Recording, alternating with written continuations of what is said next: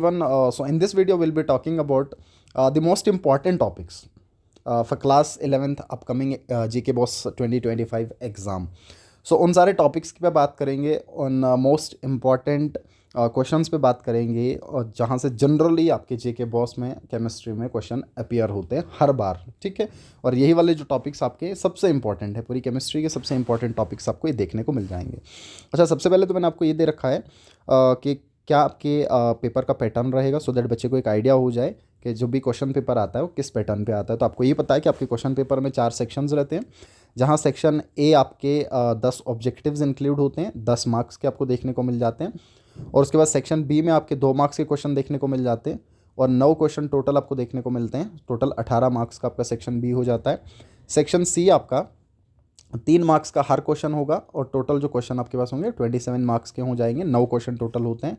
और section D आपके 5 number वाले सवाल इंक्लूड करता है, जहाँ पे आपके 3 क्वेश्चन इंक्लूड होंगे जिनमें चॉइसेस होती हैं. ध्यान में रखिएगा, इस वाले में आपको चॉइस मिलता है हर सवाल में, और टोटल 15 मार्क्स के आपको सेक्शन डी देखने को मिल जाता है. अच्छा, अब हम बात करते हैं कौन कौन से इंपॉर्टेंट टॉपिक्स हैं, और उसके बाद मैंने इंपॉर्टेंट क्वेश्चंस की भी लिस्ट बना रखी है, सो दैट बच्चे के लिए पढ़ना आसान हो जाए. जो भी बच्चा इसको फॉलो कर रहा है, ऐसा मान लीजिए 95% ये सारा का सारा आपका जो पेपर होगा वो इसी में से आ जाएगा. ठीक है, इवन 100% आप मान के चल लीजिए, क्योंकि पूरा का पूरा सिलेबस का पोर्शन ही इतना ही है. तो सबसे पहला सवाल जो मैंने लिख रखा है वो आपको ये ध्यान में रखना है, इन टॉपिक्स को आपने पढ़ना है. आइसोटोप्स क्या होंगे, आइसोबार्स क्या होंगे, आइसोटोन्स क्या होंगे, ये चीज़ें आपको पता होनी चाहिए एग्जाम्पल्स के साथ. इनके एग्जाम्पल्स भी आपको ध्यान में रखना है. ठीक है, ये बात बहुत इंपॉर्टेंट. उसके बाद वेवलेंथ, फ्रीक्वेंसी और वेव नंबर का रिलेशन आपको पता होना चाहिए. आई एम श्योर ये चीज़ें आपको ऑलरेडी पता है. और फिर आप थोड़ी सी एक और बात का आइडिया रख लीजिएगा कि कैथोड रे की थोड़ी प्रॉपर्टीज़ ध्यान में रख लीजिए, एनोड रे की थोड़ी सी प्रॉपर्टीज़ ध्यान में रख लीजिएगा. ठीक है, ये जो स्टार्टिंग वाले हैं ये बहुत इंपॉर्टेंट चीज़ें. अच्छा, उसके बाद आपको प्लैंक्स क्वांटम थ्योरी ध्यान में होनी चाहिए. E is equal to H nu, I am sure आपको ये चीज़ पता है. E is equal to H nu वाली थ्योरी आपको पता होनी चाहिए. ठीक है, प्लैंक्स क्वांटम थ्योरी आप देख लीजिएगा. उसके बाद डी ब्रॉगली रिलेशन आपको ध्यान में रखना है, इसको आपको ड्राइव भी करना है, और इसको आपको स्टेटमेंट भी लिखना आना चाहिए बच्चे को इसका. और इस पे बेस्ड आप चाहें तो न्यूमेरिकल्स भी देख सकते हैं, और वो सिंपल रहेंगे. दो इससे न्यूमेरिकल आने के चांसेस उतने नहीं होते हैं, बट स्टिल अगर बच्चे ने अपनी तैयारी रखी हुई है और सवाल कहीं से भी आ जाए तो फिर कोई डरने वाली बात नहीं होती है. अच्छा, उसके बाद हाइजेनबर्ग अनसर्टेनिटी प्रिंसिपल, बिल्कुल पिछली बार भी 5 मार्क्स का सवाल इससे पूछा गया था कि हाइजेनबर्ग अनसर्टेनिटी प्रिंसिपल आपको लिखना है, प्लस इस पे बेस्ड आप न्यूमेरिकल भी देख लीजिएगा.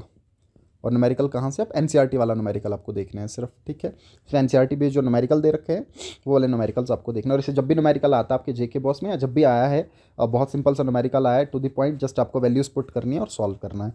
अच्छा, उसके बाद एटॉमिक ऑर्बिटल, लास्ट ईयर भी ये पेपर में था. और उसके बाद शेप्स ऑफ एस पी और डी ऑर्बिटल्स आपको पता होनी चाहिए. ठीक है, सो ये भी बहुत इंपॉर्टेंट कि आपको एटॉमिक ऑर्बिटल का पता होना चाहिए, एटॉमिक ऑर्बिटल का आइडिया होना चाहिए.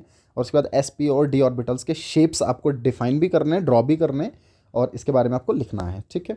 अच्छा, उसके बाद एक्सेप्शनल कन्फिग्रेशन जो आपका कॉपर क्रोमियम का होगा, इस चीज़ का भी आइडिया बच्चे को होना चाहिए कि कॉपर और क्रोमियम का क्यों एक्सेप्शनल कन्फिग्रेशन होता है, और इसके रीजंस आपको लिखने पड़ेंगे जो आपको पढ़ाए गए हैं. ऑब्वियस सी बात है, सिमेट्री और exchange energy, I am sure ये सारी चीज़ें आपको पता है. मैं जो भी ये पढ़ रहा हूँ ये बच्चे को ऑलरेडी पता है, जो भी इस वीडियो को देख रहा है. अच्छा, उसके बाद आयोनाइजेशन एनर्जी, बिल्कुल आपको ये चीज़ पता है. और ऐसे कौन से फैक्टर्स हैं जो आयोनाइजेशन एनर्जी को इफेक्ट करते हैं, ये बात भी आपको बखूबी पता है. और इसके जनरल ट्रेंड पीरियोडिक टेबल में आपको पता होने चाहिए कि कैसे डाउन द ग्रुप ये वैरी कर रहा है, कैसे अलॉन्ग द पीरियड ये वैरी कर रहा है. अच्छा, उसके बाद ये कुछ छोटी छोटी टर्म्स जो आपके सम बेसिक कॉन्सेप्ट्स हैं, थोड़ा आइडिया इनका रख लीजिएगा. जैसे मोल है, ऑब्वियस सी बात है, हर बार मोल से सवाल आपको देखने को मिल जाता है, तो मोल वाला तो बहुत इंपॉर्टेंट है. और बाद में जो मोलैरिटी, मोलैलिटी, मोल फ्रैक्शन है, इसका थोड़ा सा आइडिया, जस्ट एलिमेंट्री आइडिया, आपको ना भी याद रहे कोई दिक्कत नहीं, क्योंकि सिलेबस में स्ट्रिक्टली मेंशन नहीं है. तो ये वाला जो था आपका जो मोल है ये बहुत इंपॉर्टेंट. और उसके बाद जो लिमिटिंग रिएजेंट है ये भी बहुत इंपॉर्टेंट, राइट. अच्छा, उसके बाद आपको state and explain this law of constant in multiple proportion, बिल्कुल ये भी बहुत इंपॉर्टेंट. आपका जो लॉज ऑफ केमिकल कम्बिनेशंस हैं ये सारे के सारे आपको करने हैं. से लॉज ऑफ केमिकल कम्बिनेशन सब के सब, इवन मैंने सवालों की फॉर्म में भी नीचे और बना रखे हैं कि बच्चे को और ज़्यादा आइडिया हो जाए. अच्छा, उसके बाद बिल्कुल लॉज ऑफ केमिकल कम्बिनेशन में ये भी आ रहा है आपका गेलुसिक्स लॉ, या लॉ ऑफ गैशियस वॉल्यूम जो आपका इंक्लूड होगा. उसके बाद परसेंटेज कंपोजिशन आपको निकालना आना चाहिए. परसेंटेज कंपोजिशन कैसे निकाला जाए, इस पे भी न्यूमेरिकल बनने के चांसेस बन सकते हैं अगर यहाँ से न्यूमेरिकल बना। और ये मोस्ट इंपॉर्टेंट, ये तो आपको पता है कि मॉलिक्यूलर और एम्पेरिकल फार्मूला हर बार सवाल आता है आपका, आयरन और ऑक्साइड वाला जो बखूबी बच्चों ने पढ़ा होता है। और उसके बाद बहुत सारे और भी न्यूमेरिकल अगर इससे रिलेटेड आ जाए तो आप कर सकते हैं। मैंने लिख रखे हैं एक दो कि आपको, एक तो मैंने कार्बन हाइड्रोजन क्लोरीन वाला लिख रखा है, एनसीईआरटी से उठाए मैंने दोनों के दोनों, ये दोनों के दोनों आपके एनसीईआरटी वाले न्यूमेरिकल्स हैं, ठीक है। सो कुल मिला के एम्पेरिकल फार्मूला, मॉलिक्यूलर फार्मूला, इनकी जानकारी आपको होनी चाहिए, इनके बीच के रिलेशन आपको पता होने चाहिए, और इन पे बेस्ड न्यूमेरिकल जो अपीयर हों वो आपको सॉल्व करने आने चाहिए, ठीक है। उसके बाद नेक्स्ट आपके पास है ये जो आपके एटॉमिक स्ट्रक्चर में आप पढ़ेंगे अबो रूल, आपका Hund's rule of maximum multiplicity, बिल्कुल ये चीज़ आपने पढ़ रखी है, अब सबको ये चीज़ पता है। और पॉलीज एक्सक्लूजन प्रिंसिपल, इन पे भी सवाल अपीयर होता है, कभी 3 मार्क्स में आ जाते हैं, कभी 5 मार्क्स में आ जाते हैं, तीनों के तीनों। अच्छा, उसके बाद इलेक्ट्रॉन गेन एंथैल्पी, ये पता होना चाहिए आपको, कौन कौन से फैक्टर्स हैं जो इलेक्ट्रॉन गेन एंथैल्पी को इफेक्ट कर सकते हैं, और इसके ट्रेंड्स आपको क्या देखने को मिलेंगे पीरियोडिक टेबल में, कैसे ये डाउन द ग्रुप वैरी करता है, कैसे अलॉन्ग द पीरियड वैरी करता है, ठीक है। उसके बाद एटॉमिक रेडियस और इसके टाइप्स, कौन कौन से टाइप्स इसके होते हैं, जैसे वेंडरवॉल रेडियाई हो गया आपका, कवलेंट रेडियाई हो गया आपका, ये आइडिया आपको होना चाहिए, मॉलिक्यूलर रेडियाई हो गया, और उसके बाद इलेक्ट्रॉन नेगेटिविटी का भी आपको आइडिया होना चाहिए, ठीक है। ये भी बहुत इंपॉर्टेंट कि आपको हाइब्रिडाइजेशन डिफाइन करना आना चाहिए, और हाइब्रिडाइजेशन का कॉन्सेप्ट लगा के इन सारे मॉलिक्यूल्स की शेप्स आपको बतानी है। तो आप सिंपली इन सारे मॉलिक्यूल्स का स्टेरिक नंबर निकाल लीजिए, हाइब्रिड स्टेट निकाल लीजिए, और फिर हाइब्रिड स्टेट के बाद इनकी शेप बता दीजिए, ये बात आपको पता है।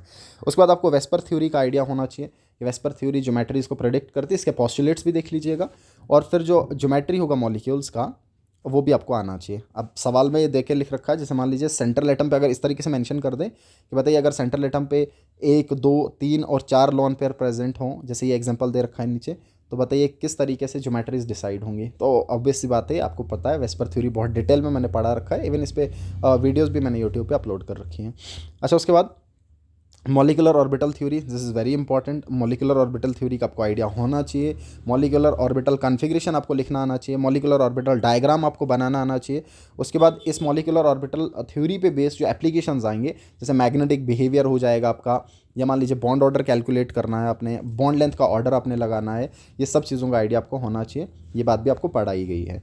अच्छा, उसके बाद थर्मो से आपको ये सवाल देखने को मिल रहा है कि सिस्टम सराउंडिंग का आइडिया होना चाहिए, टाइप्स ऑफ सिस्टम का आइडिया होना चाहिए, ओपन क्लोज्ड और isolated system, intensive extensive properties का आइडिया आपको होना चाहिए, स्टेट फंक्शन और पाथ फंक्शंस आपको पता होने चाहिए, और different type of thermodynamic processes, isothermal हो गया, एडियाबैटिक हो गया, या आपका आइसोकोहरिक हो गया, डिफरेंट टाइप के प्रोसेस और एंथैल्पी और entropy of combustion and neutralisation, या किसी भी तरह की एंथैल्पी आपको डिफाइन करनी आनी चाहिए कि किस तरीके से एंथैल्पी डिफाइन की जाती है, प्लस एंथैल्पी पे बेस्ड न्यूमेरिकल ये आपको पढ़ाए गए हैं। इसमें मैंने इस एनसीईआरटी के जितने भी थर्मोडायनेमिक्स के न्यूमेरिकल्स हैं या एनसीईआरटी क्वेश्चंस हैं, उन सब पे मैंने एक अलग सेपरेट वीडियो भी बना रखी है, तो इसके न्यूमेरिकल पहले भी एग्जाम में आ रखे हैं, तो ये वाले आपको प्रैक्टिस करना है, ठीक है। जैसे एंथैल्पी ऑफ फॉर्मेशन पे न्यूमेरिकल आ गए, या एंथैल्पी ऑफ रिएक्शन पे न्यूमेरिकल आ गए, ये वाले न्यूमेरिकल जो आपको प्रैक्टिस करवाए गए हैं आपके कॉपी पे, नोटबुक पे आपको ये देखने को मिल जाएंगे, ठीक है। ये वाले का आइडिया थोड़ा आप रख लीजिए। उसके बाद फर्स्ट लॉ, सेकंड लॉ और थर्ड लॉ ऑफ थर्मोडायनेमिक्स भी आपको पता होना चाहिए, फर्स्ट लॉ तो हर बार पूछ लेता है। फिर molar heat capacity, specific heat capacity, या आपका जो हीट कैपेसिटी सिंपल है वो भी आइडिया आपको होना चाहिए। और यहीं से आप एक और बात देख लीजिएगा, सीपी सीवी रिलेशन भी थोड़ा ध्यान में रख लीजिएगा, सीपी एंड सीवी रिलेशन थोड़ा ध्यान में रख लीजिए। और उसके बाद आपको फ्री एनर्जी एंड स्पॉन्टेनिटी आपको पता होना चाहिए, और स्पॉन्टेनिटी के क्राइटेरिया साथ में, ये मैं साथ में लिख देता हूँ, स्पॉन्टेनिटी और इसके क्राइटेरिया। लास्ट ईयर यहाँ से भी सवाल था कि स्पॉन्टेनिटी ऑफ क्राइटेरिया पे भी सवाल बन जाते हैं, ठीक है। अच्छा, उसके बाद हाइड्रोजन बॉन्डिंग, इसका आइडिया होना चाहिए, इससे भी सवाल एक आपको पीवाईक्यू में देखने को मिल जाएगा। इसके टाइप्स, इंट्रामोलिकुलर टाइप और इंटरमोलिकुलर टाइप, और साथ साथ में एक और पॉइंट इसका मैं लिख देता हूँ कि इसके एप्लीकेशंस भी, कौन कौन से सवाल इससे बन सकते हो मैंने नीचे बना रखे हैं, डोंट वरी अबाउट दैट। सवाल आपको देखने को मिल जाएंगे थोड़ी देर में, मैंने नीचे वीडियो में सवाल एक्सप्लेन किए हैं कि इससे किस तरीके से सवाल बनते हैं। अच्छा देखिए, फर्स्ट लॉ ऑफ थर्मोडायनेमिक्स बिल्कुल सेपरेट लिखा गया है, और इसका मैथमेटिकल रिलेशन ये आपको पता होना चाहिए, और इसके डेली लाइफ में एग्जाम्पल्स पूछ लेता है, डेली लाइफ में इसके एग्जाम्पल्स भी कभी कभार पूछ लेता है। तो आपको बस एग्जाम्पल लिख देने जहाँ पे आपका एनर्जी कंजर्व रहे, जैसे फोटोसिंथेसिस हो गया, या मान लीजिए इंजन एग्जाम्पल डाल दिया आपने, ये बल्ब एग्जाम्पल डाल दिया, जहाँ भी एनर्जी का ट्रांसफॉर्मेशन आपको देखने को मिल जाए। अच्छा, उसके बाद एंट्रोपी, कौन कौन से फैक्टर हैं जो एंट्रोपी को इफेक्ट कर सकते हैं, आपको आइडिया होना चाहिए। उसके बाद हेस लॉ, ये तो हर बार आपको देखने को मिल जाता है एग्जाम में। हेस लॉ ऑफ कांस्टेंट समीशन आपको एग्जाम में देखने को मिल जाता है। और कैसे आप हेस लॉ लगा के लैटिस एंथैल्पी को कैलकुलेट कर सकते हैं, ये आपको रिसेंटली क्लास में पढ़ाया गया है कि जैसे आप हेस लॉ लगाएंगे, आपको लैटिस एंथैल्पी निकालना है। तो आपको ये पता है कि बॉर्न हेबर साइकिल जब NaCl का आप निकालते हैं या बनाते हैं तो जो एंथैल्पी ऑफ फॉर्मेशन होगा वो बराबर हो जाता है enthalpy of sublimation plus ionisation enthalpy plus bond dissociation enthalpy upon 2, और उसके बाद आपका आ जाएगा electron gain enthalpy and then lattice enthalpy. So यहाँ से आपको लैटिस एंथैल्पी निकालना है, लैटिस एंथैल्पी यहीं पे रखिए, इन सारी टर्म्स को पीछे लेके जाओ तो एंथैल्पी ऑफ फॉर्मेशन से सारी टर्म्स माइनस हो जाएंगी। सो इस तरीके से आप क्या कर सकते हैं, ये जो आपका देखिए हेस लॉ इसमें कैसे लग रहा है ये बात आप समझिए, क्योंकि आपको पता है हेस लॉ के अकॉर्डिंग आपका प्रोसेस जितने भी स्टेप्स में होगा, जो टोटल एंथैल्पी रिएक्शन का होगा वो उन सारे स्टेप्स की एंथैल्पीज के सम के बराबर होगा। तो वही चीज़ आपने कर रखी है कि सारे स्टेप्स की एंथैल्पीज को सम कर लिया। अब उसमें से अगर लैटिस एंथैल्पी पूछ रखा है तो लैटिस को यहीं पे रख लीजिए, इन सब को पीछे लेके चले जाइए, एंथैल्पी ऑफ फॉर्मेशन में से माइनस कर दीजिए, तो आप लिख सकते हैं। एक पॉसिबल सवाल मैंने बनाया है, ये पहले बना नहीं है आपके एग्जाम में, बट एक पॉसिबल आइडिया मैं बता रहा हूँ कि अगर सवाल बना तो इस तरीके से बन सकता है, ठीक है। अच्छा, उसके बाद आपको लॉ ऑफ मास एक्शन और लॉ ऑफ केमिकल इक्विलिब्रियम का आइडिया होना चाहिए और इनको लिखना भी आना चाहिए आपको मैथमेटिकली। उसके बाद इक्विलिब्रियम कांस्टेंट के क्या करेक्टरिस्टिक्स होंगे ये बात आपको पता होनी चाहिए। लू शतलिया प्रिंसिपल, हर बार बनने वाला सवाल इससे आ जाता है। और कौन कौन से फैक्टर्स हैं जो लू शतलिया प्रिंसिपल को इफेक्ट कर सकते हैं, और कैसे लू शतलिया प्रिंसिपल लगा के यील्ड को मैक्सिमाइज़ किया जा सकता है, ये भी आपको ध्यान में रखना है।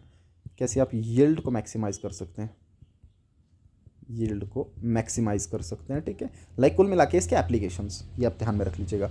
अच्छा, उसके बाद कॉमन आइन इफेक्ट का आइडिया आपको होना चाहिए और इसके application salting out of soap, जो पहले भी एग्जाम में आ रखा है, PYQ में ये बात आ रखी है। उसके बाद सॉलिबिलिटी और सॉलिबिलिटी प्रोडक्ट कांस्टेंट, 2 साल पहले ये भी सवाल आपको देखने को मिल जाता है, ये आ रखा है। उसके बाद pH पे न्यूमेरिकल, हाँ बिल्कुल इसका पता आपको होना चाहिए कि pH पे न्यूमेरिकल बच्चे को आने चाहिए। और उसके बाद एसिड और बेस की थ्योरीज, जो आपके ब्रॉन्स्टेड लावरी कॉन्सेप्ट है, और जो लेविस थ्योरी आपका है, जो इलेक्ट्रॉनिक कॉन्सेप्ट आपका है, वो भी आपको पता होना चाहिए। अच्छा, उसके बाद ऑर्गेनिक में आपको आइसोमेरिज्म्स का आइडिया होना चाहिए, chain isomers, functional group isomers और मेटामर्स का आइडिया आपको होना चाहिए। और चेन आइसोमर्स आपने देखा, आपने टेस्ट में भी ये बातें लिखी हैं बहुत सारी। चेन आइसोमर्स आपको पेंटेन के पूछ लेगा, फॉर्मूला देख के, दैट इज C5H12। हेक्सेन के पूछ लेगा, दैट इज C6H14। इसके आपको चेन आइसोमर्स बनाने को बोल देगा और उनके IUPAC नेम लिखने को बोल देगा। और एक बार तो ये 5 मार्क्स में एग्जाम में आ रखा है PYQ में, ठीक है।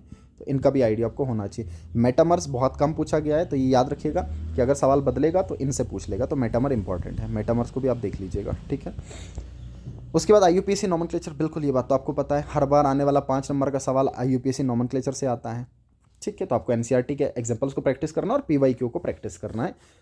और उसके बाद आपको इन टॉपिक्स पे नोट लिखना है। कौन कौन से हैं, बहुत इंपॉर्टेंट, एक तो वुड्स रिएक्शन आपका आ गया, कोल्ब्स डिकार्बोक्सिलेशन आपका आ गया, उसके बाद ओजोनोलिसिस ऑफ एल्कीन आ गया, इससे भी सवाल आ जाता है, और एरोमेटिसिटी। हर एक टॉपिक बहुत इंपॉर्टेंट है, वही वाले टॉपिक आपको सिलेक्ट करके बताए जा रहे हैं जो बहुत इंपॉर्टेंट हैं, जहाँ से सवाल बनेंगे, इससे बाहर सवाल आपको देखने को नहीं मिलेंगे। आपको टू दी पॉइंट इसको फॉलो करना है, दैट्स इट, ठीक है। उसके बाद mechanism of electrophilic substitution reaction आपने देखा पिछली बार भी, इवन उससे पिछली बार भी 5 नंबर का सवाल इससे बन जाता है कि आपको मैकेनिज्म पूछ लेता है। और उसके बाद बेंजीन के रिएक्शंस, सो ये भी आपको हर बारी पूछा जाता है 5 मार्क्स में। Nitration of benzene, halogenation of benzene, sulphonation of benzene, या Friedel Crafts alkylation, Friedel Crafts acylation, ये 5 तरह की जो आपके इलेक्ट्रोफिलिक सब्स्टिट्यूशन रिएक्शन बेंजीन में देखने को मिलेंगे, हर बार इनसे सवाल बन जाता है। उसके बाद कन्फॉर्मेशनल आइसोमर्स, बिल्कुल इनसे भी सवाल था, इनसे भी सवाल PYQ में बना हुआ है। और इनके स्टेबिलिटी ऑर्डर्स पूछ लेगा कन्फॉर्मर्स ऑफ इथेन के, सिर्फ इथेन के आपको प्रैक्टिस करने, इनको आपको सॉहॉर्स में भी बनाना आना चाहिए और न्यूमैन प्रोजेक्शन में भी बनाना आना चाहिए। अच्छा, उसके बाद मार्कोनिकॉफ्स रूल, ये भी बहुत इंपॉर्टेंट, इससे भी सवाल आता है। और मार्कोनिकॉफ रूल प्रोपीन में आप लगा सकते हैं इसको, that is propene with HBr। कभी कभार तो ऐसा भी लिख लेता है कि प्रोपीन विद HBr में आप मार्कोनिकॉफ्स रूल को एक्सप्लेन कर दीजिए, ठीक है। और उसके बाद खराश इफेक्ट, जिसको आप परोक्साइड इफेक्ट भी पढ़ लेते हैं, या एंटी मार्क रूल भी पढ़ लेते हैं, जिसको परोक्साइड इफेक्ट से भी इफेक्ट के नाम से भी जानते हैं, तो कभी कभार ये परोक्साइड नाम से भी आ जाता है, और एंटी मार्कोनिकॉफ रूल या एंटी मार्क रूल के नाम से भी, ओके। और इनमें एग्जांपल्स भी आपको देने, बहुत इंपॉर्टेंट। अच्छा, उसके बाद free radical substitution reaction and elimination reaction, ठीक है। So free radical substitution reactions का आपको आइडिया होना चाहिए, और एलिमिनेशन रिएक्शंस का ये आपने ऑर्गेनिक में पढ़ रखे हैं। So free radical substitution reaction आपको देखने को मिलेगा एल्केन्स के केसेस में।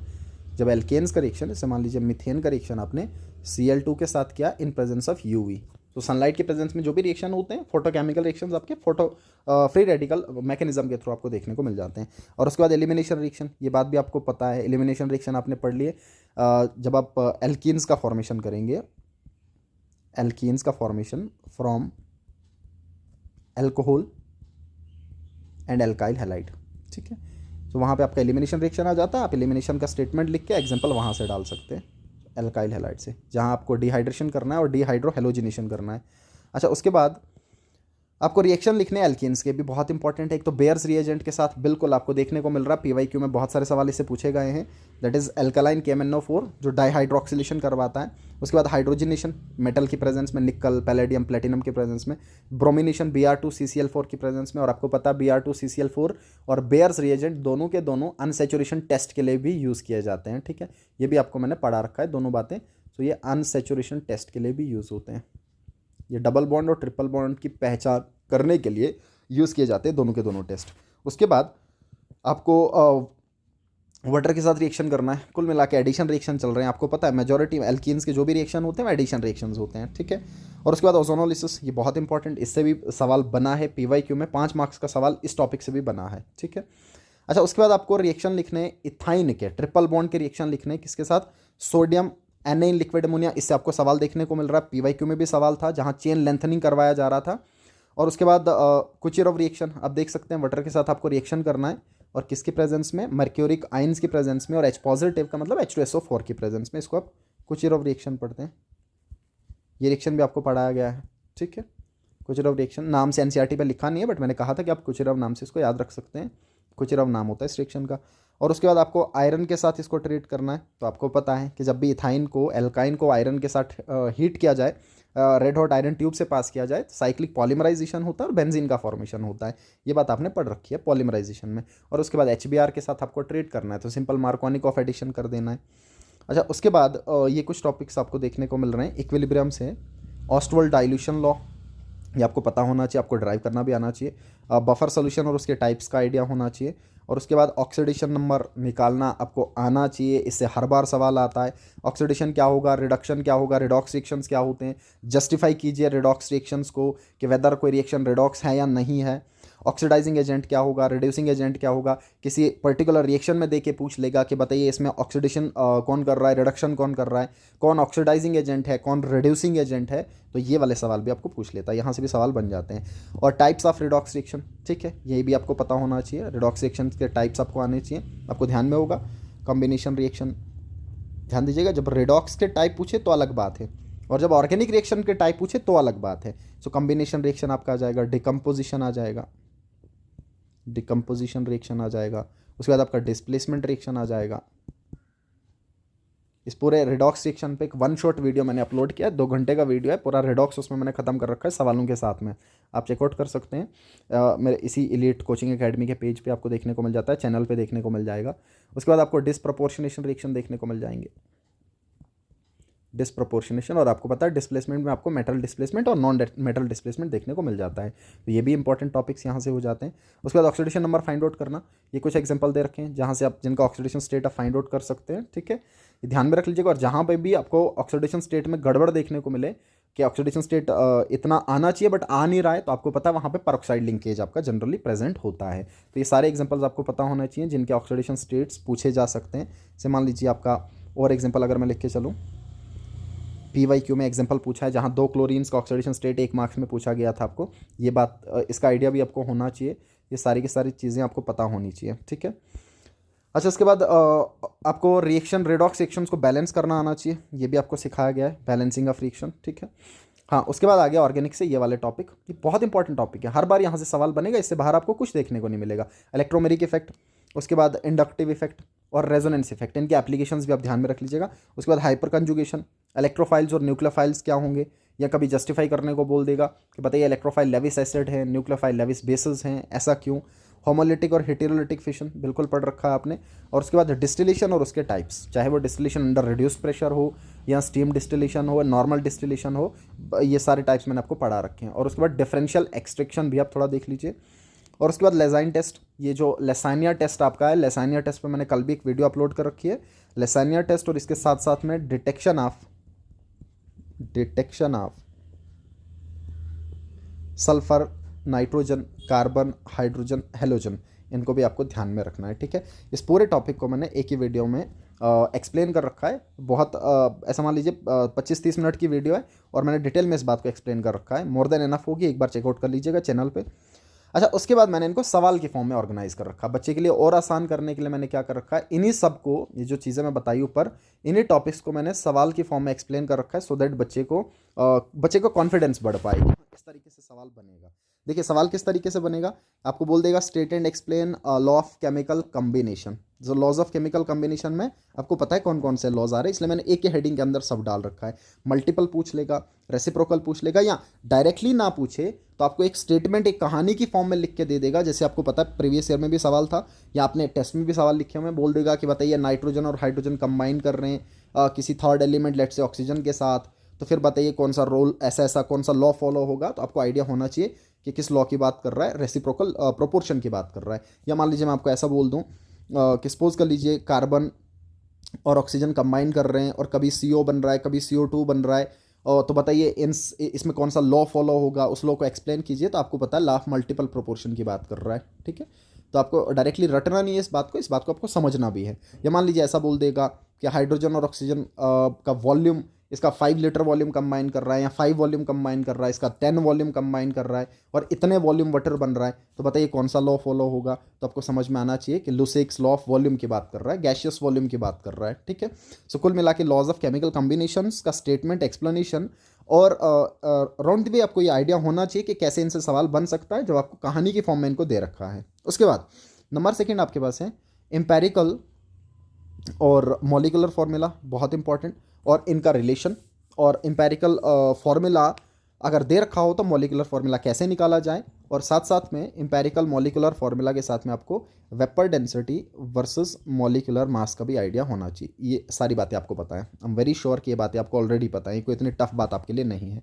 अच्छा, SPDF ब्लॉक के जनरल कॉन्फ़िगरेशंस, और S ब्लॉक के एलिमेंट्स क्या होंगे, P ब्लॉक एलिमेंट्स क्या होंगे, D ब्लॉक क्या होंगे, F ब्लॉक क्या होंगे, इनके थोड़े थोड़े 2-2, 3-3 कैरेक्टरिस्टिक्स आप याद रख लीजिए, और इनके जनरल कॉन्फ़िगरेशन आपको लिखने आने चाहिए, ठीक है। और किस ब्लॉक में कितने ग्रुप आपको देखने को मिलेंगे, इसका आइडिया आपको होना चाहिए, ये बहुत इंपॉर्टेंट बात है, तो ये वाली बात भी आपको पता होनी चाहिए।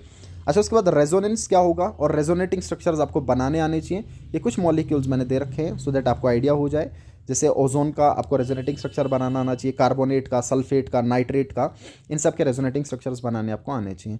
उसके बाद आइसोटोप्स, आइसोबार्स, आइसोस्टर्स और आइसो इलेक्ट्रॉनिक स्पीशीज, आप देखेंगे PYQ में भी ऐसे सवाल आपको देखने को मिल रहे हैं, जहां आपको ऐसा पूछ लेगा कि बताइए इनमें से आइसो इलेक्ट्रॉनिक स्पीशीज कौन से हैं। तो कभी डायरेक्ट सवाल आ जाता है, और कभी आपको स्पीशीज देके पूछ लेता है कि आइसो इलेक्ट्रॉनिक कौन से होंगे। जैसे मान लीजिए Na पॉजिटिव लिख के देगा, Cl नेगेटिव लिख के देगा, या लेट से Mg+2 लिख के दे देगा, N-3 लिख के दे देगा, O-2 लिख के दे देगा, फिर बोलेगा कि बताइए इनमें से आइसो इलेक्ट्रॉनिक स्पीशीज कौन कौन से हैं। तो वो बात भी आपको पता होनी चाहिए, आई एम श्योर ये बात भी आपको पता है, बहुत डिटेल में मैंने आपको पढ़ा रखी है ये बातें। अच्छा, उसके बाद pH और pOH कैलकुलेशंस आपको पता होनी चाहिए, कि जब H पॉजिटिव आयन का कॉन्सेंट्रेशन दे रखा है, एक आइडिया लगाने के लिए मैंने बच्चे के लिए लिख रखा है कि मान लीजिए H पॉजिटिव कॉन्सेंट्रेशन कुछ इतना दे रखा है, कुछ इतना दे रखा है, या कुछ इतना दे रखा है, तो फिर आप pH निकाल लीजिए, ठीक है। ये बात आपको पता होनी चाहिए, pH निकालना आपको आना चाहिए, ये भी मैंने आपको सिखा रखा है, मैंने आपकी कॉपी पर सब कुछ लिखा हुआ है।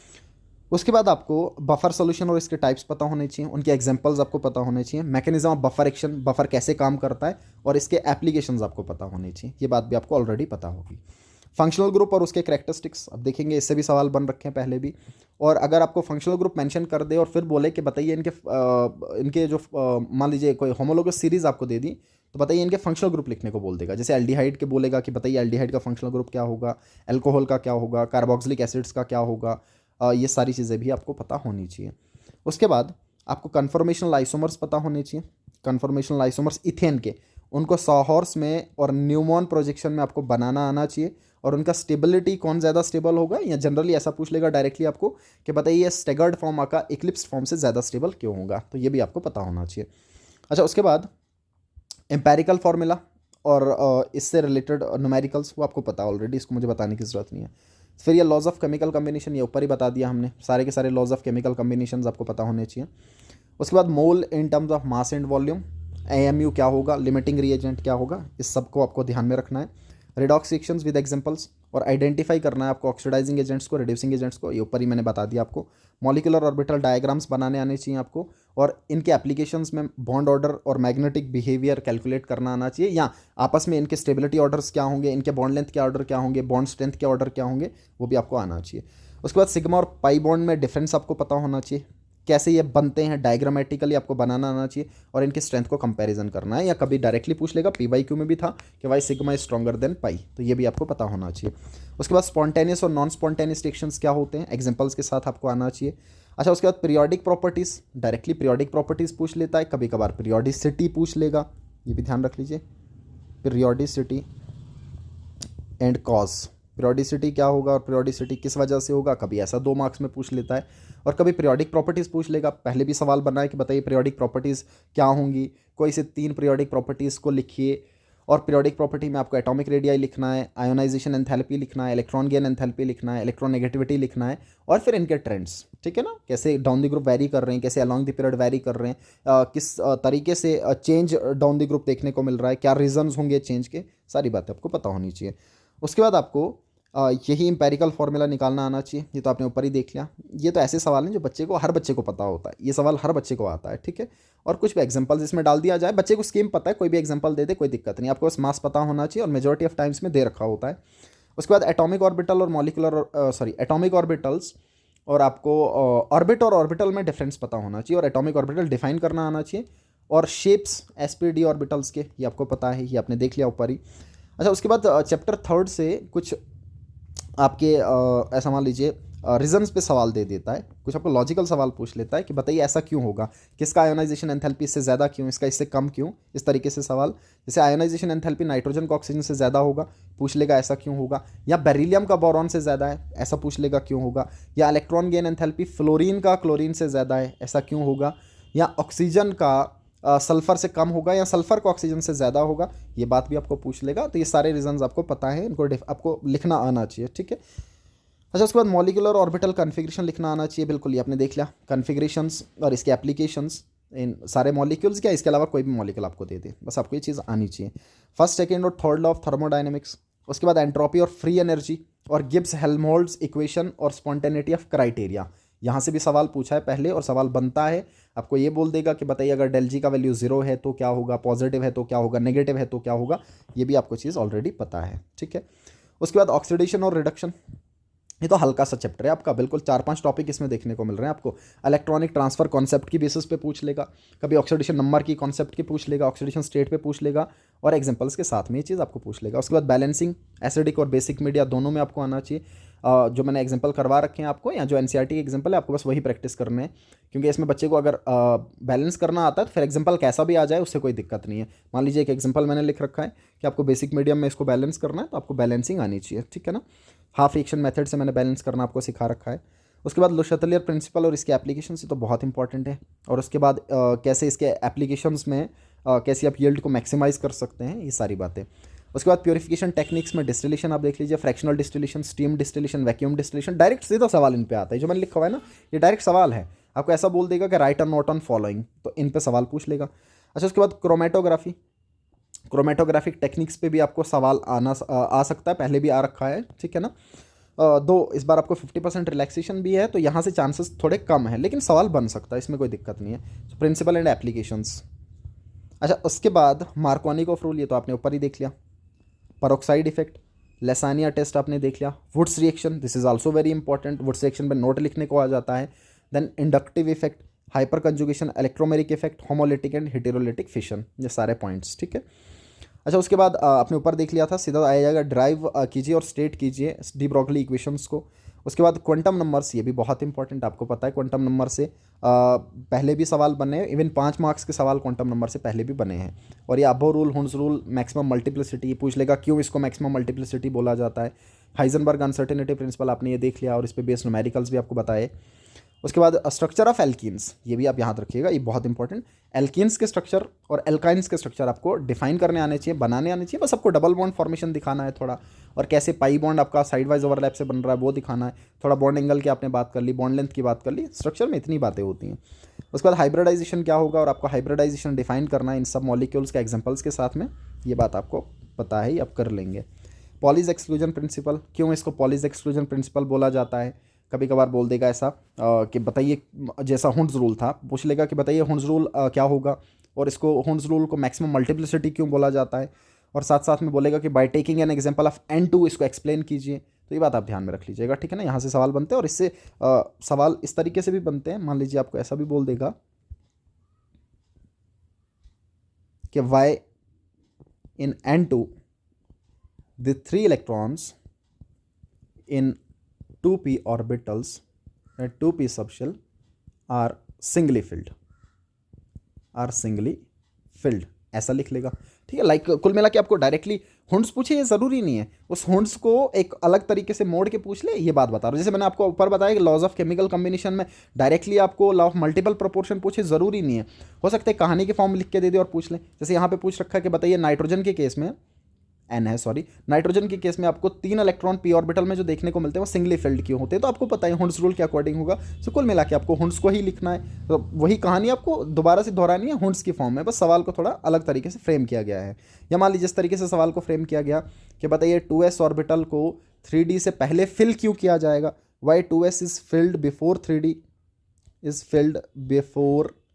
3D, तो ऑब्वियस सी बात है, आपको अबव रूल आपसे एक्सपेक्ट कर रहा है कि बच्चे को एनर्जीज का आइडिया होना चाहिए कि 2s का एनर्जी कम होता है, इसलिए 2s पहले फिल किया जाता है, ये अबव रूल के अकॉर्डिंग आपको देखने को मिल जाता है, ठीक है। अच्छा, उसके बाद रिएक्टिव इंटरमीडिएट्स में कार्बोकेटाइन, कार्बोएनाइन, फ्री रेडिकल्स, इनके स्ट्रक्चर भी बनाने आपको आने चाहिए जनरली, इनका स्टेबिलिटी ऑर्डर आपको पता होना चाहिए, और इन पे बेस्ड आपको सवाल इस तरीके से भी पता होना चाहिए कि ज़्यादा स्टेबल 3 डिग्री वाला क्यों है और कम स्टेबल 2 डिग्री वाला क्यों है, ये बात आपको पता होनी चाहिए। तो जब भी इनके स्टेबिलिटीज़ पूछेगा तो आपको 2 चीज़ें हमेशा लिखनी है, एक तो इंडक्टिव, और इंडक्टिव से बहुत बेहतर आप लिखेंगे तो हाइपर कंजुगेशन, ठीक है ना।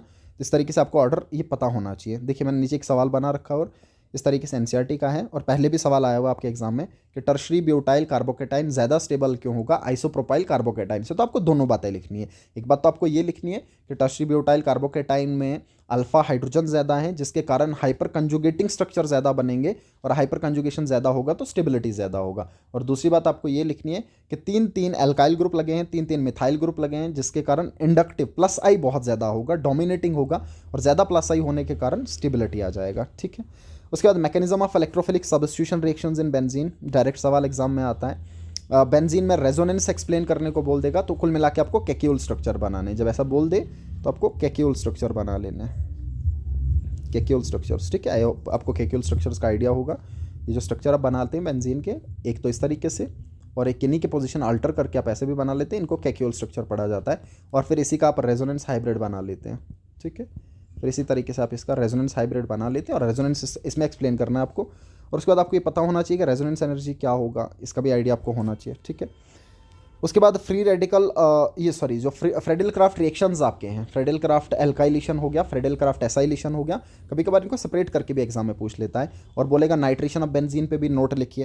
तो जब कभी भी ऐसा आए कि आपको नोट लिखना है, मेरी बात ध्यान में रखिएगा, मैं हमेशा क्लास में भी ये बात बताता हूँ कि कहानी लिखने मत बैठो, कहानी तो आपको लिखनी है, जो लिखनी है जितनी रिक्वायर्ड है, आपको साथ साथ में रिएक्शन दिखाने हैं, ये बहुत इंपॉर्टेंट बात। अगर बच्चा नाइट्रेशन लिख रहा है और नाइट्रेशन में बेंजीन का नाइट्रेशन रिएक्शन के थ्रू करवा के नहीं दिखा रहा है, तो उसने गलत किया, सिर्फ कहानी लिख रहा है, बाकी कुछ नहीं है। तो आपको रिएक्शन लिखना है, और वो जो रिएक्शन में कहानी आपको समझ में आ रही है, रिएक्शन में जो चीज़ें आपको दिख रही हैं, बस उतना सी बात आपको लिख लेनी है, ठीक है।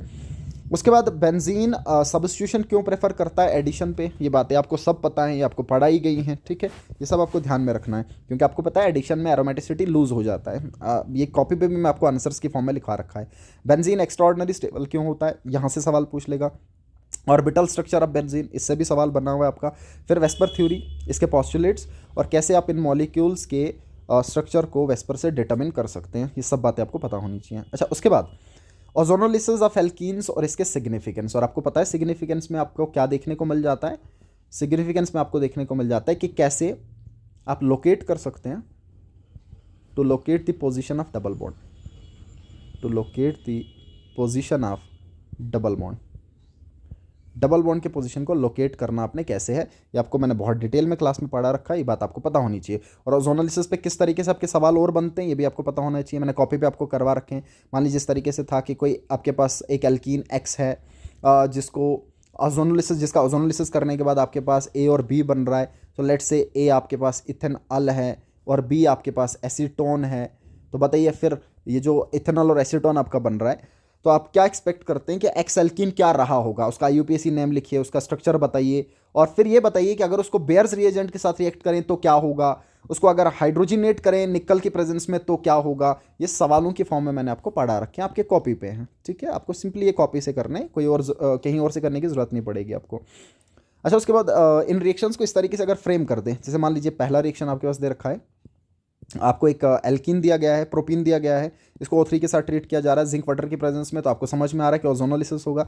और सिंपली आप ओजोनोलिसिस में क्या करते हैं, जब कभी भी आपको ओजोनोलिसिस करना है, डबल बॉन्ड को आप ब्रेक कर देंगे और जहाँ जहाँ कार्बन पे डबल बॉन्ड था वहाँ वहाँ पे आप डबल बॉन्ड O चिपका देंगे। तो यहाँ पे भी डबल बॉन्ड O, यहाँ पे भी डबल बॉन्ड O। तो आप देखेंगे पिछले वाले में बनेगा आपका CH3CH डबल बॉन्ड O और अगले वाले में बनेगा CH2 and double bond O। सो कुल मिला के आपके पास इथेनॉल और मिथेनॉल बनेंगे प्रोडक्ट्स, राइट। सो इथेनॉल और मिथेनॉल का फॉर्मेशन देखने को मिल जाएगा। अच्छा, उसके बाद मान लीजिए इथीन दे देगा और फिर इस तरीके से आपको पूछ लेगा, तो ऑब्वियसली बात है आपको बेयर्स रिएजेंट के साथ रिएक्शन किया जा रहा है। आप देख पा रहे हैं this is nothing but alkaline solution of dilute KMnO4, ये आपको देखने को मिल रहा है। और ये जो कोल्ड डाइल्यूटेड एल्केलाइन KMnO4 है, इसी को आप बेयर्स रिएजेंट भी पढ़ते हैं, ठीक है। सो इसी को बेयर्स रिएजेंट भी पढ़ लेते हैं। और इसका काम क्या होगा, डाईहाइड्रोक्सिलेशन करवाना, ये बात आपको पता है। आपको कुछ नहीं करना है, डबल बॉन्ड को रिड्यूस करना है, CH2 सिंगल बॉन्ड CH2 लिखना है और दोनों कार्बन्स पे जहाँ डबल बॉन्ड था OH चिपका देना है। इतना सा काम आपको करना है, आपके पास ग्लाइकोल बन जाएंगे, इथाइलिन डायोल बन जाएगा। अच्छा, उसके बाद ट्रिपल बॉन्ड के रिएक्शंस भी पूछ लेता है। बताइए ट्रिपल बॉन्ड में कभी कभार रिएक्शन इस तरीके से पूछ लेगा, कभी फ्रेम करके। मान लीजिए ये तो दे रखा है ना इस तरीके से, आपको कभी कभार इसी को लैंग्वेज की फॉर्म में पूछ लेता है। बोलेगा बताइए what will happen if alkene या if particularly ethene is treated with O3 in presence of Zn and H2O, तब समझ जाइए ओजोनोलिसिस की बात कर रहा है। या बोल देगा what will happen if ethene is treated with alkaline solution of KMnO4, तो आपको समझ में आ रहा है कि बेयर्स रिएजेंट के साथ रिएक्शन होगा। फिर आपको लिखना है कि ऐसा ऐसा होने वाला है और प्रोडक्ट बना देना है, रिएक्शन आपको मेंशन करना है हमेशा, बहुत ज़रूरी। अच्छा, उसके बाद एल्काइन आपके पास दिया गया है, एसिटाइलिन दिया गया है और इस एसिटाइलिन को NaNH2 के साथ ट्रीट किया गया है। तो आपको पता है एसिटाइलिन एसिडिक नेचर के होते हैं और एसिडिक नेचर होने के कारण ये जो स्ट्रॉन्ग बेस यहाँ से जनरेट होगा NH2 नेगेटिव या NH2 नेगेटिव प्रोटॉन को खींच लेगा और आपके पास बनेगा CH triple bond C negative and Na positive. कुल मिला के कंजुगेट बेस सोडियम इथेनाइड बनेगा और फिर इस सोडियम इथेनाइड को आप ट्रीट करेंगे CH3Br के साथ। ये जो दे रखा है नेक्स्ट में CH3Br, चेन लेंथनिंग देखने को मिल जाएगा। सिंपली यहाँ से Na और Br हटा दीजिए और इस पोर्शन के साथ में मिथाइल जोड़ दीजिए, तो आपके पास बनेगा CH3 ट्रिपल बॉन्ड C और इसके साथ में CH3। सो कुल मिला के इथाइन से प्रोपाइन आपने बना लिया। सो इथाइन से प्रोपाइन बन गया, ठीक है। अब इस तरीके से भी सवाल फ्रेम होता है। देखिए सारी चीज़ें मैं एक साथ ही बता रहा हूँ, ये बहुत इंपॉर्टेंट है, सुनिएगा इसको। एक तो मैंने ये कहा कि आपको इस तरीके से रिएक्शन दे दे, ये PYQ है, इस तरीके से आपको सवाल दे दे तो आपको समझ में आएगा बिल्कुल सेम सेम देखते हुए। दूसरा है कि लिख के दे दे कि बताइए फलाना इसके साथ रिएक्ट कर रहा है तो क्या होगा, प्रोपाइन आपका O3 के साथ रिएक्ट कर रहा है जिंक और वाटर की प्रेजेंस में तो क्या होगा, इस तरीके से लिख के दे दे, ठीक है। एक बात। दूसरी बात हो गई कि आपको इस फॉर्म में दे दे, दो बातें। तीसरी बात होगी कि आपको ये बोल दे कि how will you convert ethyne into propyne, तो तब भी आपको ये बात पता होनी चाहिए। जो स्मार्ट बच्चे पढ़ने वाले हैं उनको ये चीज़ इस तरीके से भी पता होनी चाहिए। या बोल देगा how will you convert ethene into ethane 1,2 diol या इंटू इथाइलिन ग्लाइकोल, तो ये बात बच्चे को पता होनी चाहिए। किस तरीके से भी सवाल फ्रेम किया जा सकता है, तो कन्वर्जन के हिसाब से। ये मैं तब बता रहा हूँ जो पॉसिबिलिटी है सवाल फ्रेम करने की, ये बहुत इंपॉर्टेंट बात है। बच्चे को हर चीज़ पता होनी चाहिए कि किस तरीके से सवाल बन सकता है। सवाल इससे बाहर नहीं जाएगा। मैं जो भी आपको बता रहा हूँ ना, जो भी टॉपिक है, जो भी सवाल मैं आपको बता रहा हूँ, इससे बाहर कुछ नहीं जाएगा, क्योंकि सारा का सारा सिलेबस यही है। हाँ, लेकिन सवाल को फ्रेम करने का तरीका बदला जा सकता है, जो मैं आपको बता रहा हूँ कि एक सवाल को कितने तरीके से पूछा जा सकता है, इसका आइडिया आप रख लीजिएगा।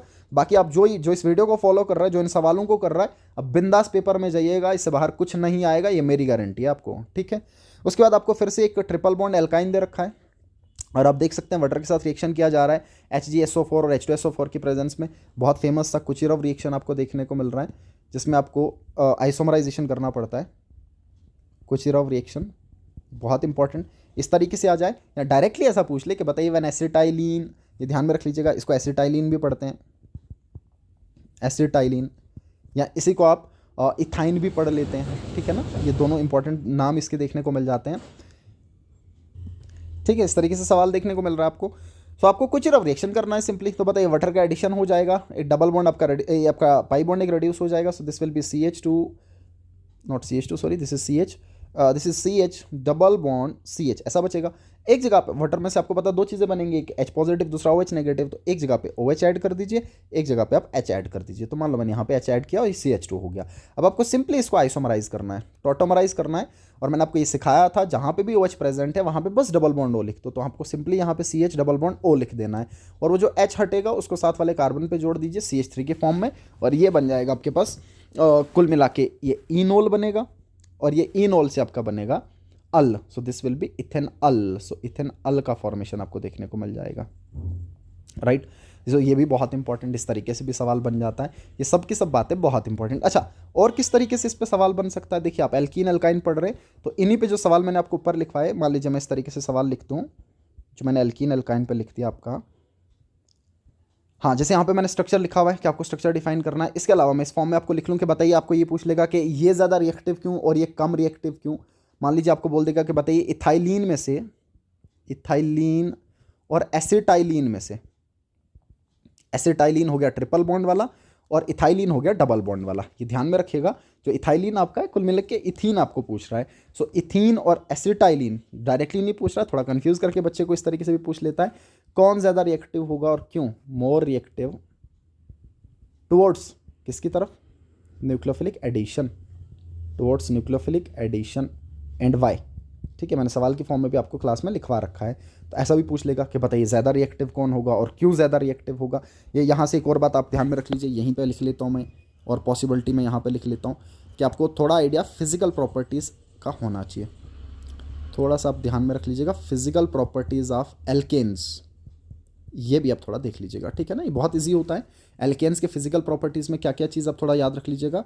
एक तो इनका बॉइलिंग पॉइंट याद रख लेना, और क्यों बॉइलिंग पॉइंट ब्रांचिंग से कम हो जाता है इसका आइडिया होना चाहिए। सीधा सवाल भी पूछ लेगा कि why boiling point of alkanes decreases with increase in branching. So boiling point decrease with branching, decreases with branching, with branching. ये सवाल की फॉर्म में आपको याद रखना पड़ेगा कि क्यों बॉइलिंग पॉइंट घट रहा है। मैंने इस पर वीडियो बना रखा है, हाइड्रोकार्बन्स के एनसीईआरटी के जितने भी क्वेश्चंस हैं उस पर एक वीडियो मैंने बना रखा है, उसमें मैंने ये सब चीज़ें एक्सप्लेन कर रखी हैं, ठीक है। बॉइलिंग पॉइंट के बाद सॉलिबिलिटी का आइडिया होना आपको चाहिए कि क्यों एल्केन्स पानी में सॉलिबल नहीं होते हैं, और हाइड्रोकार्बन इवन जितने भी हैं मेजॉरिटी में हाइड्रोकार्बन पानी में सॉलिबल नहीं होते हैं। ऐसा इसलिए क्योंकि वो पानी के साथ हाइड्रोजन बॉन्ड नहीं बना पाते। तो ये फिजिकल प्रॉपर्टीज़ का थोड़ा आइडिया रख लीजिएगा, ठीक है। ये एक्स्ट्रा आइडिया बता रहा हूँ मैं, ये बहुत इंपॉर्टेंट, मैं जो भी बात बता रहा हूँ तो सब फॉलो करना है टू द पॉइंट, इससे बाहर कुछ नहीं बच रहा है। तो इससे बाहर रखिएगा भी मत, दिल में थोड़ा भी बात मत रखिएगा इसके बाहर कुछ है, इसके बाहर कुछ भी नहीं है। ये टोटल सिलेबस आपका है, सवाल की फॉर्म में फ्रेम करके बता रहा हूँ मैं। अच्छा, उसके बाद ये चीज़ जब आपने देख ली तो उसके बाद आप ये देखेंगे कि IUPAC नॉमेनक्लेचर पे सवाल आप किया जाते हैं, ठीक है। ये बात आपको पहले से पता है, IUPAC नॉमेनक्लेचर आपको करना ही करना है। और फंक्शनल ग्रुप्स डिफरेंट टाइप्स के, उनके एग्जांपल्स आपको पता होने चाहिए, ये आपको ऑलरेडी पता है। और ये भी आपने देख लिया कि कैसे बेंजीन को इसमें कन्वर्ट किया जाए, chlorobenzene, nitrobenzene, बेंजील sulphonic acid, toluene, BHC या पैरानाइट्रो क्लोरोबेंजीन में कैसे कन्वर्ट किया जाए, या मान लीजिए एसिटोफिनोन में कैसे कन्वर्ट किया जाए, एसिटोफिनोन में कैसे कन्वर्ट किया जाए। तो जब एसिटोफिनोन पूछ रहा है तो सिंपली आपको फ्रेडेलक्राफ्ट एसाइलेशन करना है, सही है। फ्रेडेलक्राफ्ट एसाइलेशन आपको करना है। और जब टॉलवीन पूछ ले तो ऑब्वियस सी बात है आपको फ्रेडेलक्राफ्ट एल्काइलेशन कर देना है, ये भी आपको पता है, सिंपली फ्रेडेलक्राफ्ट एल्काइलेशन करना है, ठीक है ना। और उसके बाद इसके एडिशन रिएक्शन जहाँ पे आप BHC बना लेते हैं, बेंजीन हेक्साक्लोराइड का फॉर्मेशन आप करते हैं, जिसको गैमेक्सेन भी बोला जाता है। अच्छा, ये कुछ मैंने IUPAC नॉमेनक्लेचर में लिख रखा है कि इस तरीके से आपको नाम पूछे जाते हैं, इस तरीके से मॉलिक्यूल दिए जाते हैं, डिफरेंट कैटेगरीज के उठाए जाते हैं। नाइट्राइल उठा लेगा, कार्बोक्सिलिक एसिड उठा लेगा, एल्डिहाइड से उठा लेगा, अल्कोहल से उठा लेगा, या इवन एमीन्स से उठा लेगा। आपको ध्यान में होना चाहिए, एमीन्स पे भी पहले सवाल बने हैं। मान लीजिए इस तरीके से, this is CH3, this is CH3 and this is C2H5, इस तरीके से सवाल उठा लेगा इन पे। या ऐसा मान के चल लीजिए कि एस्टर्स पे सवाल उठा लेगा, लेट्स से this is CH3, C double bond O and this is O and this is CH3, इस तरीके से नाम पूछ लेगा। सो किसी भी कैटेगरी पे, किसी भी होमोलॉगस सीरीज पे आपको सवाल पूछ लेता है। सो इन सबको आपका, इन सब का आइडिया आपको होना चाहिए। ये वाले मैं लिख देता हूँ। जैसे मान लीजिए आपके नाइट्राइल्स पे सवाल पूछे और कोई और फंक्शनल ग्रुप ना हो तो आपको पता CN प्रायोरिटी वाला है। So this will B 1, this is 2 and this is 3। So this is simply prop 2 पे इन और 1 पे नाइट्राइल। आप देख सकते हैं, so this is prop 2 पे in and 1 पे nitrile। so this is prop 2 in और 1 पे nitrile। और आपको ये भी पता है कि आपको इन का ई ओमिट नहीं करना है, क्योंकि नाइट्राइल एन से स्टार्ट हो रहा है, ये वोवल नहीं है, तो आपको ई ओमिट नहीं करना है। तो मान लीजिए सेकंड है carboxylic acid, high priority group है, यहाँ से आप स्टार्ट करेंगे, this is 1, this is 2, this is 3, this is 4। So this will B 2 methyl और उसके बाद ब्यूटेन ओइक एसिड, क्योंकि 1 पे ओइक एसिड आपको देखने को मिल रहा है। So this is simply 2 methyl butane oic acid, butane oic acid, right. अच्छा, उसके बाद CHO 2 ही कार्बन है। आपको पता है ये सारे फंक्शनल ग्रुप जिनमें कार्बन प्रेजेंट हो, जैसे CHO है, C डबल बॉन्ड O है, कार्बोक्सिलिक एसिड है, नाइट्राइल, इनके कार्बन आपको नंबरिंग में करने पड़ते हैं और नाम में भी लिखने पड़ते हैं। तो 2 ही कार्बन आपको देखने को मिल रहे हैं। सो दिस इज सिंपली इथ। सो मैंने इथ लिख दिया, सिंगल बॉन्ड है तो एन लिख दिया, और अल है, CHO के लिए अल लगेगा, 1 2 पे अल है। सो इथेन 1 2 डाई अल, इथेन 1 2 डाई अल आपको देखने को मिलेगा। And this will be simply 1 2 3 4, या आप लेफ्ट से स्टार्ट कर लीजिए तब भी सेम है, सिमेट्रिकल मॉलिक्यूल है। So this is simply but, single bond है तो एन, और 1 पे और 4 पे आपको अल देखने को मिल रहा है। सो 1 4 डाई अल आपको देखने को मिल जाता है। अच्छा, डबल बॉन्ड आप ये ध्यान में रख लीजिएगा, जब भी 2 डबल बॉन्ड दिए गए हों तो आपको क्या करना है, एक तो आपको जहाँ पे भी आप नाम लिखना चाह रहे हैं, देखिए कैसे, मान लीजिए दोनों तरीके से आप लिख रहे हैं तो यहाँ से भी नंबर वही होगा, लेफ्ट से भी वही होगा। 1 2 3 4 आपने लिखा तो आप सिंपली लिखेंगे ब्यूट, लेकिन आप ब्यूट नहीं लिखेंगे, एक से ज़्यादा मल्टीपल बॉन्ड है तो ब्यूटा लिखेंगे। आप वर्ड रूट के साथ में ए लगाना प्रेफर करेंगे। ये सारी बातें आपको याद रखनी है। सो ब्यूटा आ जाएगा, सही है। और ब्यूटा के बाद कितने पे इन होगा, 1 पे और 4 पे। सो 1 4 डाई इन। सो ब्यूटा 1 4 डाई इन आपको देखने को मिल जाएगा, ठीक है। अच्छा, उसके बाद ट्रिपल बॉन्ड वाला भी है और साथ में OH भी दे रखा है, तो ऑब्वियसली OH का प्रायोरिटी ज़्यादा है। So this is 1, this is 2, this is 3 and this is 4। So this is simply but, आ गया ब्यूट। उसके बाद 3 पे YN, आपको ट्रिपल बॉन्ड है तो YN लिख लूंगा मैं, और 1 पे ओल तो मैं सिंपली मिला के लिखूँ तो वाइनोल। अगर मैं मिला के लिखूँ या 1 ओल ना लिखूँ तो मैं सिंपली YN और 1 ओल लिख लूँ, या YNOL साथ में लिख लूँ तो वाइनोल बन जाएगा, ठीक है। अच्छा, एक और इसमें आप ध्यान में रख लीजिए इस तरीके से, ये पहले भी पूछे गए हैं ये बातें, कि मान लीजिए आपको डबल बॉन्ड देखने को मिल रहा है और ट्रिपल बॉन्ड देखने को मिल रहा है कुछ इस तरीके से। लेट्स से ट्रिपल बॉन्ड है, then C and let's say CH2, let's say C और double bond CH2 and then CH3, इस तरीके से आपको देखने को मिल रहा है। फिर आप ये देखेंगे कि जब दोनों का टाई ना हो, डबल और ट्रिपल बॉन्ड का टाई नहीं हो रहा है, फिर जहाँ से आपका जो बॉन्ड प्रेजेंट है जल्दी में, या सबसे पहले जहाँ पे आपको जो बॉन्ड देखने को मिल रहा है वहीं से नंबर स्टार्ट होगा। अब यहाँ से मैं आऊँ तो डबल बॉन्ड दूसरे नंबर पर मिलेगा, और यहाँ से स्टार्ट करूँ तो ट्रिपल बॉन्ड पहले ही नंबर पर मिलेगा, तो मैं यहाँ से स्टार्ट करूँगा। This is 1, this is 2, this is 3, this is 4, this is 5 and this is 6। तो ये सिंपली आपका क्या देखने को मिल जाएगा, दिस विल बी, आप इसका नाम लिखना चाहें सो ये आ जाएगा आपका हेग्स। और उसके बाद इन और आइन में से पहले कौन लिखा जाए, अल्फाबेटिकली जो पहले आ रहा है तो इन पहले आ रहा है, सो आप लिखेंगे 4 पे इन और उसके बाद 1 पे आइन। सो इसका नाम क्या बन जाएगा, हेग्स। 4 पे इन और 1 पे आइन, या आप चाहो तो इन आइन एक साथ लिख के, एक साथ मिला के भी लिख सकते हैं, ठीक है। अच्छा, एमीन्स वाले केसेस पे आपको ध्यान में रखने हैं। बताइए एमीन्स में कैसे नाम दिया जाता है, तो नाइट्रोजन के साथ स्मॉलर ग्रुप्स को प्रीफिक्स में रखा जाता है और बड़े वाले ग्रुप को सुफिक्स में रखा जाता है। तो आप सिंपली लिखेंगे एन के साथ में 2 मिथाइल हैं तो this will B NN di methyl, 2 bar methyl था तो हम लिख लेंगे NN डाई मिथाइल, और NN डाई मिथाइल के बाद आपको ये देखने को मिलेगा C2H5। इसको आप क्या पढ़ लेंगे, सेकेंड में इसको चेंज करूँगा ज़रा, C2H5 को आप इथाइन पढ़ लेते हैं, ये इथाइल पढ़ लेते हैं, ठीक है। अब क्योंकि आप इसको प्रीफिक्स में पढ़ के सुफिक्स में पढ़ के चल रहे हैं तो आप इथेन पढ़ लेंगे। सो सिंपली इथेन और उसके बाद अमीन, सो NN डाई मिथाइल इथेन अमीन आ जाएगा। अच्छा, एस्टर दे रखें। अब एस्टर का नाम आपको कैसे लिखना है, जब कभी भी एस्टर्स का नाम आपको लिखना हो, आपको ऑक्सीजन के साथ में जो ग्रुप दे रखा है ना, आपको उसको प्रीफिक्स की तरह लिखना है हमेशा। तो बताइए ऑक्सीजन के साथ CH3 दे रखा है तो मैं मिथाइल लिख लूँगा, लिख दिया मैंने मिथाइल। अच्छा, उसके बाद C डबल बॉन्ड O वाले कार्बन से गिनती स्टार्ट करेंगे आप। तो देखिए यहाँ से 1, यहाँ से 2, 2 ही कार्बन चेन में आ रहे हैं, तो फिर आप क्या लिखेंगे, 2 कार्बन के लिए इथ, सिंगल बॉन्ड है तो एन, और इनके लिए सुफिक्स जो यूज़ करते हैं वो है ओएट, सो इथेनोएट आ जाएगा। सो this will B methyl ethanoate, very important, methyl ethanoate लिख लेंगे आप इसको, ठीक है। और इसी में एक और आप एक और भी ध्यान में रख लीजिए, मैं यहाँ पे लिख लेता हूँ। मान लीजिए अगर मैं आपको एनहाइड्राइड से पूछ लूँ, लेट से मैंने ऐसा लिख दिया CH3 C double bond O then O C double bond O and CH3, इनको एनहाइड्राइड्स पढ़ते हैं, ये भी आप ध्यान में रख लीजिएगा, ठीक है ना। ये मोटे मोटे कि अगर हैवी सवाल बना तो यहाँ से उठाया जा सकता है।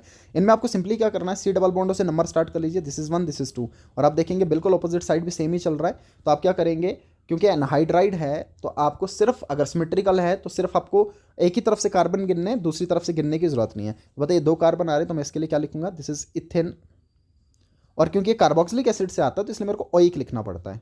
सो इथेन ओइक, इधर भी इथ इधर भी इथ, 2 बार लिखने की जरूरत नहीं है। ऑब्वियस सी बात है, जब अब इसके आगे आप क्या लिखेंगे कि समझ में आए कि एनहाइड्राइड था, तो आपको सिंपली इथेनोइक एनहाइड्राइड लिखना है। इसका मतलब ये होता है कि दोनों पार्ट इथ से आए, तो यहाँ पे भी इथेनोइक है, यहाँ पे भी इथेनोइक है, तो आपको डाई इथेनोइक नहीं लिखना है, ये बात ध्यान रखिएगा। सिंपली आपको इथेनोइक एनहाइड्राइड लिखना है, और अगर दोनों पार्ट सेम ना हो तो फिर अल्फ़ाबेटिकली लिख लीजिए, कि अगर एक साइड पे मान लीजिए इथेनोइक है, एक साइड पे प्रोपेनोइक है, तो आपको अल्फ़ाबेटिकली चलना है और काम हो जाएगा, ठीक है। ये नोमेनक्लेचर का थोड़ा आइडिया आपको रखना पड़ेगा, इससे सवाल बनता है हर बारी 5 नंबर में, और बहुत आसानी से आप 5 नंबर इससे गेन कर सकते हैं। अच्छा, उसके बाद प्रिपरेशन ऑफ एथीन्स पे सवाल बना रखा है कि कैसे आप इथीन्स को प्रिपेयर कर सकते हैं इथेनॉल से, ठीक है। इथेनॉल से पूछा गया है, तो आपको आइडिया होना चाहिए इथेनॉल से कैसे बनाया जाता है। एसिडिक डिहाइड्रेशन करके बनाया जाता है, बीटा एलिमिनेशन करके, और रिएक्शन दीजिए आप इथीन के बेयर्स रिएजेंट के साथ, जो मैं ऊपर जिक्र कर रहा था किस तरीके से रिएक्शन आ जाते हैं, या हाइड्रोजन के साथ निकल की प्रेजेंस में, ठीक है। अच्छा, इस पे बेस्ड एक और तरह का सवाल मैं आपको बता देता हूँ कि और किस तरीके से सवाल बन सकता है, ठीक है ना। देखिएगा, मैं यहाँ पे लिख लेता हूँ। मान लीजिए आपको ऐसा बोल देगा कि आप एसिटाइलिन से स्टार्ट कर लीजिए, लेट्स से ऐसा बोल देगा कि स्टार्टिंग फ्रॉम एसिटाइलिन, मैं फिर बता रहा हूँ, इनके एल्केन्स और एल्केन्स के रिएक्शंस डायरेक्टली पूछने के बजाय आपको एक स्टोरी के फॉर्म में पूछ लेगा, ठीक है ना। एक फ्रेमवर्क बना के दे देगा बच्चे को कि स्टार्टिंग फ्रॉम एसिटाइलिन, मान लीजिए ऐसा बोल देगा, एसिटाइलिन से स्टार्ट कर लीजिए, आप कैसे इन चीज़ों को प्रिपेयर कर सकते हैं। फिर नीचे ऐसा लिख लेगा कि बताइए इथाइलिन आयोडाइड कैसे बनाना है आपको, ठीक है ना। अब जिस बच्चे को इथाइलिन आयोडाइड का फॉर्मूला पता होगा, आइडिया होगा, वो बना लेगा। या उसके बाद बोल देगा एसिटल डिहाइड कैसे बनाएंगे आप, एसिटल डिहाइड कैसे बना लेंगे आप। यहाँ बोल देगा इथेन कैसे बनाएंगे आप, इथेन का फॉर्मेशन बताइए। तो ये चीज़ें आपको आनी चाहिए, ठीक है। मैं लिख लेता हूँ, देखिएगा एक आइडिया हो जाएगा आपको। आपको पता है एसिटाइलिन का मतलब CH ट्रिपल बॉन्ड CH, ठीक है, इथाइन। अब इथाइलिन आयोडाइड आपको बनाना है, सर इथाइलिन आयोडाइड का मतलब एक हाइड्रोजन यहाँ पे ऐड करके डबल बॉन्ड में कन्वर्ट कर दीजिए, और यहाँ पे आयोडीन ऐड कर लीजिए। सो सिंपली आपने HI ऐड किया है, तो आपको कुछ नहीं करना, मार्कोनिक ऑफ एडिशन करना है, एडिशन रिएक्शन करना है, HI के साथ ट्रीट कर दीजिए, बन गया। अच्छा, आपको एसिटल डिहाइड बनाना है, बताइए एसिटल डिहाइड बनाने का एक ही ऑप्शन आपके पास है, वो कुचेरव रिएक्शन है। एल्काइन से कभी भी एल्डिहाइड या कीटोन आपको बनाने हैं तो आपको कुचेरव रिएक्शन करना पड़ेगा। तो सिंपली आप वाटर ऐड कर देंगे, आपको पता है HgSO4 की प्रेजेंस में और H2SO4 की प्रेजेंस में सिंपली आपको देखने को मिलेगा इनोल सबसे पहले, सो CH, और यहाँ पे double bond, sorry, and this will B OH, right. और उसके बाद आप आइसोमराइज कर देंगे, और आइसोमराइज करने के बाद this is simply CH3 and C double bond O and H, ये बन जाएगा आपके पास। तो बन गया एसिटल डिहाइड। इसी इथेनॉल को आप एसिटल डिहाइड भी पढ़ लेते हैं, ठीक है ना। और उसके बाद आपको इथेन बनाना है, तो बहुत ईजी सा है। सो इथेन बनाने के लिए आपको सिंपली हाइड्रोजनेशन करना है निकल की प्रेजेंस में, ये बन जाएगा CH3 सिंगल बॉन्ड CH3, ठीक है। ये बात आपको पता। और इससे अगर मैं आपको बोल दूं कि एल्कीन बना लीजिए, CH2 डबल बॉन्ड CH2, तो आपको पता है 2 तरीके से आप बना सकते हैं, या तो आप बर्च रिडक्शन कर देंगे, या तो आप लिंडलर कैटलिस्ट लगा देंगे, लिंडलर्स कैटलिस्ट। ये बात आपको ऑलरेडी पता है, ठीक है ना। तो इस तरीके से भी सवाल फ्रेम किया जा सकता है, ये बात आपको ध्यान में रखनी है। अच्छा, उसके बाद ऑर्गेनिक रिएक्शंस के टाइप्स, कभी कभार तो रिएक्शन लिख के दे देता है कि बताइए एलिमिनेशन रिएक्शंस पे नोट लिखिए, न्यूक्लियोफिलिक सब्स्टिट्यूशन पे, एडिशन पे, एग्जांपल के साथ में। या कभी कभार आपको ऐसा बोल देगा कि बताइए ऑर्गेनिक रिएक्शंस के कोई से 3 टाइप्स लिखिए एग्जांपल्स के साथ में। तो इस तरीके से देखिए, मैंने यहाँ पे लिखा हुआ है कि discuss various types of organic reactions with example. So ये सेम ही तरह का सवाल है, चाहे इस तरीके से पूछ ले या इस तरीके से पूछ ले, ठीक है। ये बात आपको पता होनी चाहिए। उसके बाद डेल्टन्स एटॉमिक थ्योरी का आइडिया आपको होना चाहिए, और कैसे ये लॉज ऑफ केमिकल कॉम्बिनेशन को प्रूव करता है, किन किन को प्रूव करता है, इसका भी थोड़ा आप आइडिया रख लीजिएगा।